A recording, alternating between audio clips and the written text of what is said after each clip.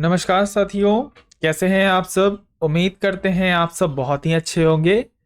तो साथियों, देश में चल रहा है चुनाव का माहौल और इसी चुनाव के माहौल के बीच में न्यू पेंशन और ओल्ड पेंशन स्कीम जो है चर्चा में आ चुका है। जी हाँ साथियों, अभी आपको पता है कि अलग अलग राज्यों के अंदर में चुनाव होने वाले हैं। इसी चुनाव पे साथियों जो ओल्ड पेंशन स्कीम है उस पर राजनीति जो रंजिश है वो शुरू हो चुकी है। जो कुछ पॉलिटिकल पार्टीज, मैं नाम नहीं लूंगा, आप जाकर सर्च कर सकते हैं नेट पर, ये चीज़ें अवेलेबल है वहां पर। तो कुछ पॉलिटिकल पार्टीज जो कहती हैं कि अगर आपके राज्य में हमारी सरकार बनेगी तो हम ओल्ड पेंशन स्कीम को लागू करेंगे। ठीक है साहब, तो क्या है चर्चा, क्या है विवाद, सब कुछ चर्चा करूंगा। क्या है new pension scheme, old pension scheme, सब कुछ चर्चा कर दूंगा इस वीडियो के अंदर में। पर मैं चाहता हूं एक बार आप प्लीज वीडियो को लाइक, चैनल को सब्सक्राइब और शेयर जरूर करें अपने सारे मित्रों के साथ। फिर वह चाहे तैयारी कर रहे हो यूपीएससी की, state PCS, SSC, banking, railway इत्यादि किसी भी एग्जाम की, जहां पे करंट अफेयर वगैरह आता है तो उनका स्वागत है। तो इंपॉर्टेंट रहेगा साथियों जीएस पेपर 25। अरे नहीं भैया, जीएस पेपर 25 से इंपॉर्टेंट नहीं रहेगा, जीएस पेपर 2 से। गलती से इतने पेपर होंगे तो बच्चे तो यूपीएससी ही नहीं देंगे, वैसे ही काफी पीसी का बोझ है उनके ऊपर में। तो जीएस पेपर 2 से इंपॉर्टेंट रहेगा साथियों गवर्नमेंट पॉलिसीज एंड इंटरवेंशन, सरकार की नीतियां और उनके हस्तक्षेप। तो द इंडियन एक्सप्रेस के द्वारा भी साथियों कवर किया गया था कि ओल्ड पेंशन स्कीम को क्यों वैल्यू दिया जा रहा है और क्यों ये भी कहा जा रहा है कि ये अच्छा नहीं है इकोनॉमिक्स के लिए या फिर पॉलिटिकल पार्टीज के लिए, ये स्कीम क्यों अच्छा नहीं है। फिर भी लोगों के द्वारा जब न्यू पेंशन स्कीम लागू किया गया उस पर बहुत ज़्यादा क्रिटिसाइज किया, ट्रेड यूनियंस वगैरह ने बहुत ज़्यादा इसके ऊपर में प्रोटेस्ट भी किया, सरकारी एम्प्लॉय ने भी इसके ऊपर में बहुत प्रोटेस्ट किया जब न्यू पेंशन स्कीम लागू हुआ। लेकिन आप, मैं जब वीडियो में जानकारी पूरी दूंगा तब आप अपना राय और कमेंट बॉक्स में रखिएगा कि ओल्ड पेंशन स्कीम बेहतर है या आपकी नज़र में न्यू पेंशन स्कीम।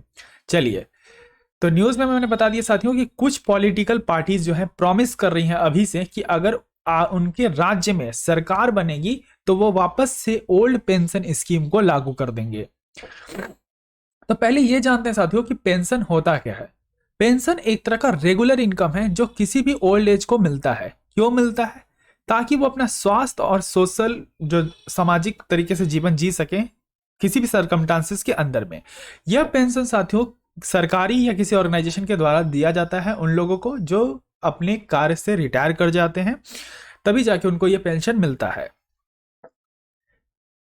अब आपको जानना है कि ओल्ड पेंशन और न्यू पेंशन में अंतर क्या है।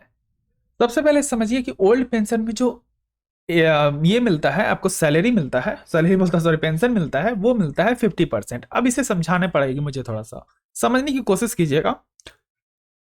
मैं इसे थोड़ा अपने भाषा में समझाने की कोशिश करता हूं। अगर मान के चलिए मैं बात करता हूं सबसे पहले ओल्ड पेंशन स्कीम की, मैं माउस से लिख रहा हूं तो थोड़ा सा एडजस्ट कर लीजिएगा। तो ओल्ड पेंशन स्कीम में 50% पेंशन मिलता है अपना लास्ट जो बेसिक पे होता है लोगों का वो। जैसे मान के चलिए किसी भी पर्सन का जो बेसिक पे था लास्ट टाइम वो था 50,000, ठीक है, 50,000। तो 50,000 का जो 50 हम क्या कहते हैं, 50,000 का हम क्या कर निकाल रहे हैं, 50% निकाल रहे हैं साथियों। अगर हम कहते हैं 50,000 का 50% तो कितना हो गया इसका 25,000 रुपया, यानी 25,000 रुपया मिलेगा। और इसके साथ साथ क्या मिलेगा साथियों, डीए मिलेगा, यानी महंगाई भत्ता मिलेगा उस समय का जो भी महंगाई रहेगा उसको देखकर। तो मान के चलिए महंगाई भत्ता उस समय चल रहा है 5,000 रुपया, तो कुल इसमें 5,000 रुपया और ऐड हो जाएगा और कुल मिला के जो इनकम मिलेगा वो मिलेगा 30,000 रुपया। कुल पेंशन यहाँ निकल के आ रहा है ओल्ड पेंशन स्कीम के अंदर में। ये चीज समझ में आ गई, आशा करता हूं ये चीजें आपको समझ में आ गई होगी। लेकिन साथियों क्या हुआ, जब अटल वाजपेयी जी की सरकार बनी उस समय 2004 के अंदर में इस ओल्ड पेंशन स्कीम को यानी ओपीएस को खत्म कर दिया गया। ठीक, ओपीएस को खत्म कर दिया गया सिवाय एक डिपार्टमेंट के, और वो है साथियों डिफेंस। याद रखिएगा डिफेंस के अंदर में ओपीएस अभी भी चल रहा है, लेकिन बाकी सभी कर्मचारियों के लिए एनपीएस को लागू कर दिया गया, यानी न्यू पेंशन स्कीम को लागू कर दिया गया। अब इसमें जो साथियों पेंशन मिलेगा वो कुछ इस प्रकार मिलेगा, समझिएगा। जैसे मान के चलिए बेसिक पे है आपका, किसी भी एम्प्लॉय जो अगर काम कर रहा है तो उसका बेसिक पे है, मान के चलिए मैं यहां मान लेता हूं 50,000 रुपए फिर से बेसिक पे को, ओके ठीक है।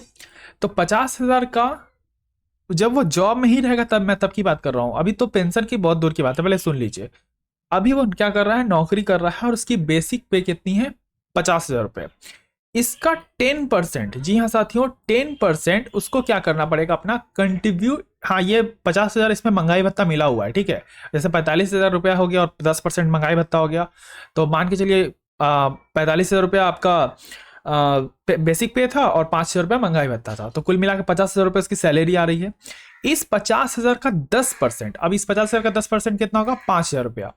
ये 5,000 रुपया हर महीने क्या करेगा एम्प्लॉय अपने एनपीएस अकाउंट के अंदर में जमा करेगा, ठीक है।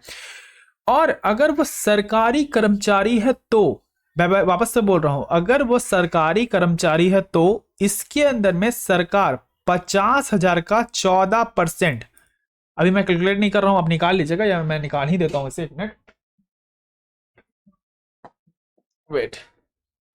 अगर मैं बात करता हूं साथियों 50,000 का 14% का, तो ये आपको निकल के आएगा 7,000 रुपए। जी हाँ साथियों 7,000 रुपए क्या करेगा क्या करेगी सरकार जमा करेगी किसके अकाउंट में, जो सरकारी कर्मचारी है उसके एनपीएस अकाउंट के अंदर में, ठीक है। तो 7,000 और अगर हम यहाँ पे प्लस कर देते हैं 5,000, तो हमको साथियों कितना अमाउंट मिल जा रहा है, हमको मिल रहा है कुल 12,000 रुपए, जो एनपीएस अकाउंट में जमा होंगे हर महीने किसी भी सरकारी कर्मचारी के, ठीक है। तो यहां तक बातें आपको समझ में आ रही है कि एनपीएस सिस्टम में क्या हो रहा है कि सैलरी जो है, सैलरी से ही पैसा कट के एनपीएस अकाउंट के अंदर में जमा हो रहा है कितना 10%। ये सरकार के द्वारा तय किया गया है कि जितना भी आपका बेसिक पे होगा उसमें 10% की कटौती करने के बाद जो अमाउंट होगा वो एनपीएस के खाते में डाला जाएगा और आपके बेसिक पे का 14% जो निकलेगा अमाउंट वो सरकार हर महीने आपके खाते में डालेगी। तो कुल मिला के यहां पे आ गया साथियों एनपीएस का कॉन्सेप्ट क्लियर समझ के हमको।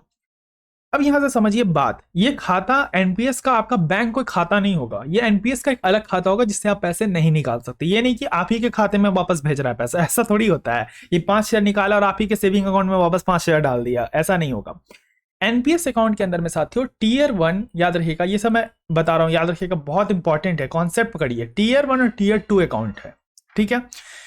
अब ये चीज समझिए 2004 तक जब इस चीज को लागू किया 2004 में, तो ये 2009 तक सारे सरकारी कर्मचारियों के लिए ही था।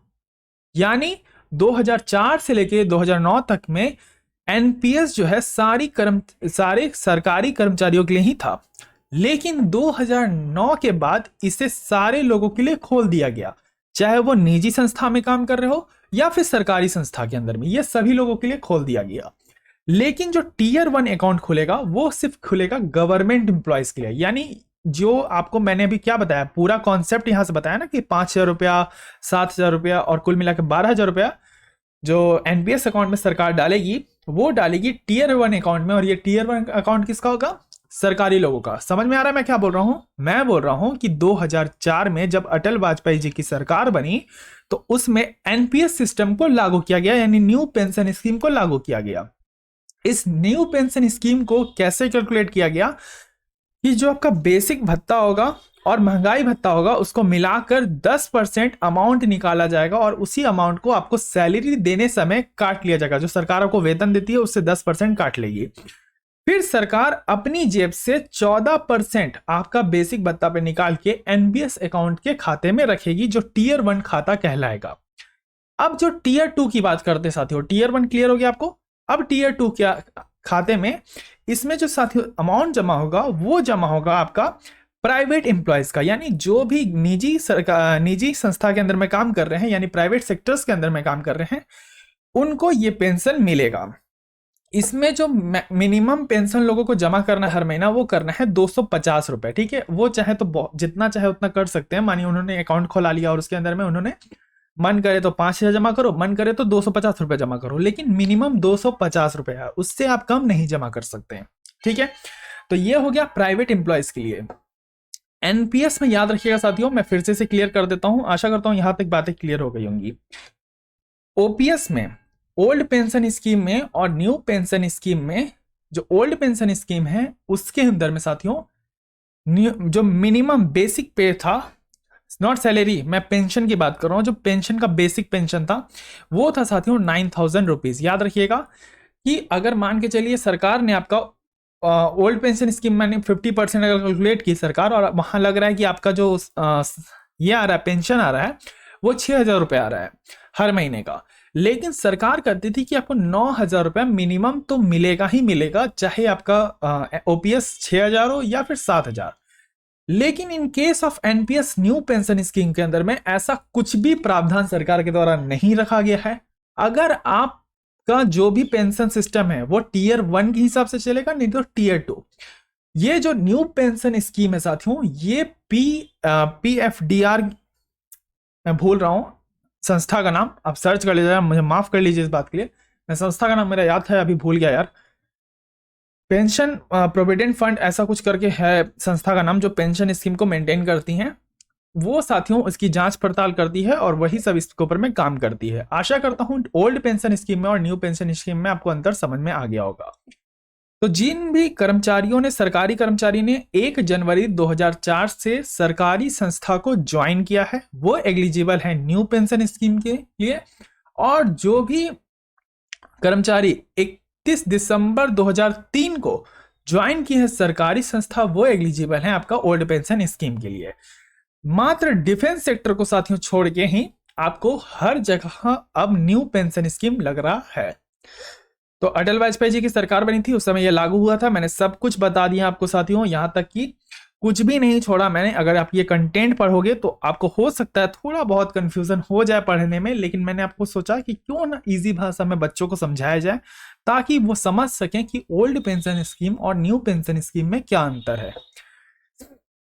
तो न्यू पेंशन स्कीम साथियों डिजिटाइज किया गया इस वे में ताकि हम हर सिटीजन को पेंशन के लिए एलिजिबल बना सकें और क्या कर सकें, ओल्ड एज को रिटायरमेंट के समय एक अच्छा लाइफ, सोशल लाइफ जीने की, मतलब एक तरह का ये मिल सके। हाँ मिल गया मुझे, pension fund regulatory and development authority, यहाँ साथियों याद रखिएगा, pension fund regulatory and development authority के द्वारा न्यू पेंशन स्कीम को मैनेज किया जाता है। इसका ऑब्जेक्टिव्स क्या है, प्रोवाइड करना ओल्ड एज को इनकम एक तरह का साथियों, रीजनेबल मार्केट बेस्ड रिटर्न मिलना चाहिए। और हाँ एक चीज याद रखिएगा साथियों कि जो एनपीएस है ना, इस पर आपका जो महंगाई भत्ता है ये सब डिपेंड नहीं करता, ये डिपेंड करता है साथियों मार्केट शेयर के ऊपर में, यानी जो शेयर मार्केट होता है उस पर साथियों न्यू पेंशन स्कीम मेंशन करता चलता है। अगर शेयर मार्केट बहुत अच्छा रहेगा तो आपका एनपीएस भी बहुत अच्छा रहेगा, अगर शेयर मार्केट खराब रहेगा तो आपका एनपीएस खराब रहेगा। यानी यहाँ पे कोई भी फिक्स्ड अमाउंट आपको नहीं दिया जाता है कि हाँ ये फिक्स्ड अमाउंट है, चाहे दुनिया में महंगाई कैसे चल रही हो, दुनिया में इनकम कैसा हो रहा हो, इससे कोई बहस नहीं रहता, ऐसा कुछ बात नहीं है। ये सिर्फ ओपीएस के लिए लागू था, लेकिन एनपीएस में अगर इकोनॉमिकली कंडीशन देश की खराब रहेगी तो आपको पेंशन भी नहीं मिलेगा। उसके बाद आप पेंशन निकालोगे कैसे ये समझ लीजिए।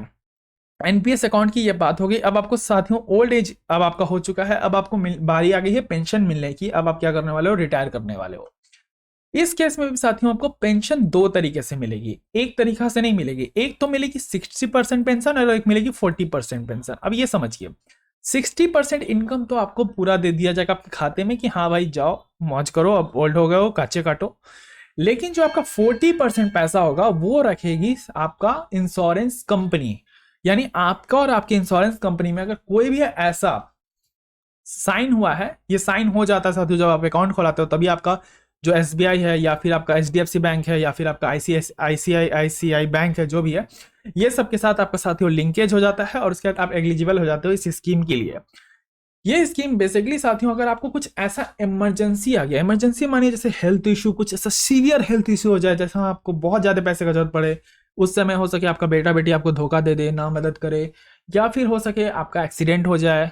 मैं बता रहा हूं कंडीशन, ओल्ड एज में बहुत सारी चीजें हो सकती हैं, आपको इमीडिएटली पैसों की बहुत जरूरत पड़ जाए और आपके पास उतने पैसे अकाउंट में ना हो, ठीक है, उस केस में ये 40% पैसा जो इंश्योरेंस कंपनी है वो आपको दे देगी ताकि आप उस समय इमीडिएटली खर्चा कर सकें। तो ये साथियों कंप्लीट न्यू पेंशन स्कीम का सिस्टम है। आशा करता हूं मैंने हर चीजें क्रिस्टल क्लियर कर दी होगी। अगर कर दी है तो कमेंट बॉक्स में जरूर लिखिएगा कि सर आपका समझाया हुआ चीज समझ में आ गया। चलिए, तो बेसिक महंगाई भत्ता क्या है साथियों, तो महंगाई भत्ता आप ये पढ़ लेना। बेसिकली 2 साल में 2 बार इसे चेंज किया जाता है, ये सब चीजें आप पढ़ लेना अपने से। सरकार हर राज्य में कितना पेंशन देती है। तो ये आप देख सकते हो साथियों कि पेंशन का कितना खर्चा है, पेंशन कितना है टैक्स के ऊपर में, मानिए जितना सरकार को टैक्स हुआ उसमें से कितना पैसा पेंशन में जाता है। ये पूरा डाटा मैंने आपके सामने रखा है, आप ये पूरा डाटा भी चेक कर सकते हैं। तो आशा करता हूं साथियों समझ में आ गया होगा। अब मैं चाहता हूं कि आप कमेंट बॉक्स में ये राय दीजिए, पॉलिटिकल मत बनाइएगा, क्योंकि देखिए अगर आप पॉलिटिकल सोच के किसी चीज को मेंशन करते हो या लिखते हो तो ये चीजें आप फिर पॉलिटिकल क्रिटिसिज्म करने लगते हो बैठ के। आपको ये लिखना है कि आप एज एन आईएएस ऑफिसर आपको सोचना है कि अगर आप होते सरकार की जगह या आप ऐसा कोई स्कीम बना रहे होते तो आप उसमें कौन सा थॉट रखते हैं, जहां पे एनपीएस में क्या कुछ सुधार हो सकते हैं या एनपीएस में थोड़ा बहुत बदलाव हो सकता है। ये सब कुछ बातें आप लिख सकते हो, ठीक है।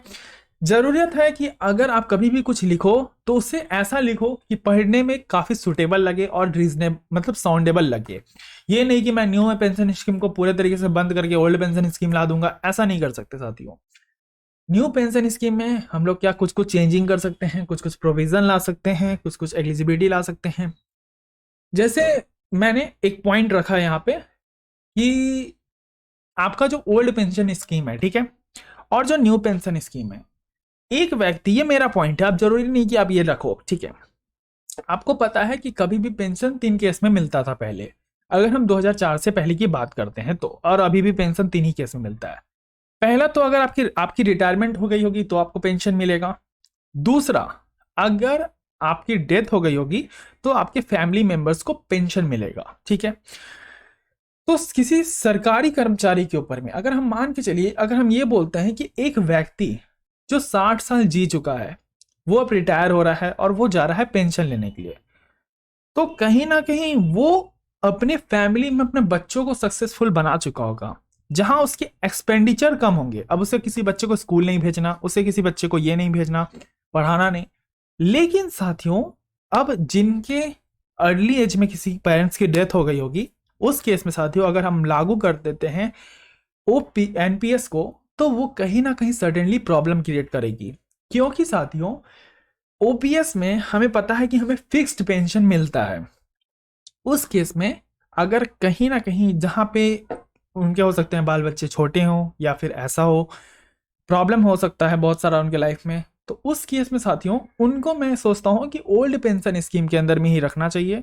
बाकी जो न्यू एम्प्लॉयज हैं, जो यंग जनरेशन के हैं, जो आगे जाके 60 साल तक अपना, अगर जो इन्होंने पूरा 60 साल तक अपना काम किया है, तो वो एनपीएस के लिए कहीं ना कहीं एलिजिबल है, ठीक है। और उसमें अगर सरकार थोड़ा बहुत प्रावधान लाती है, थोड़ा बहुत चेंज करती है, ये सब हटा के कि मार्केट शेयर के हिसाब से मिलेगा, ये सब चीज़ों में थोड़ा बहुत सरकार प्रोविजन डालती है, एक सर्टेन पॉइंट बनाती है कि हाँ इससे नीचे नहीं गिरना है, पेंशन इतना मिलना है, ये सब कुछ लाती है सरकार, थोड़ा बहुत चेंज करती है, ओपीएस का ही लेती है अगर मटेरियल, तो हमको यहाँ पे बेटर चीजें आउटकम देखने को मिलेगा।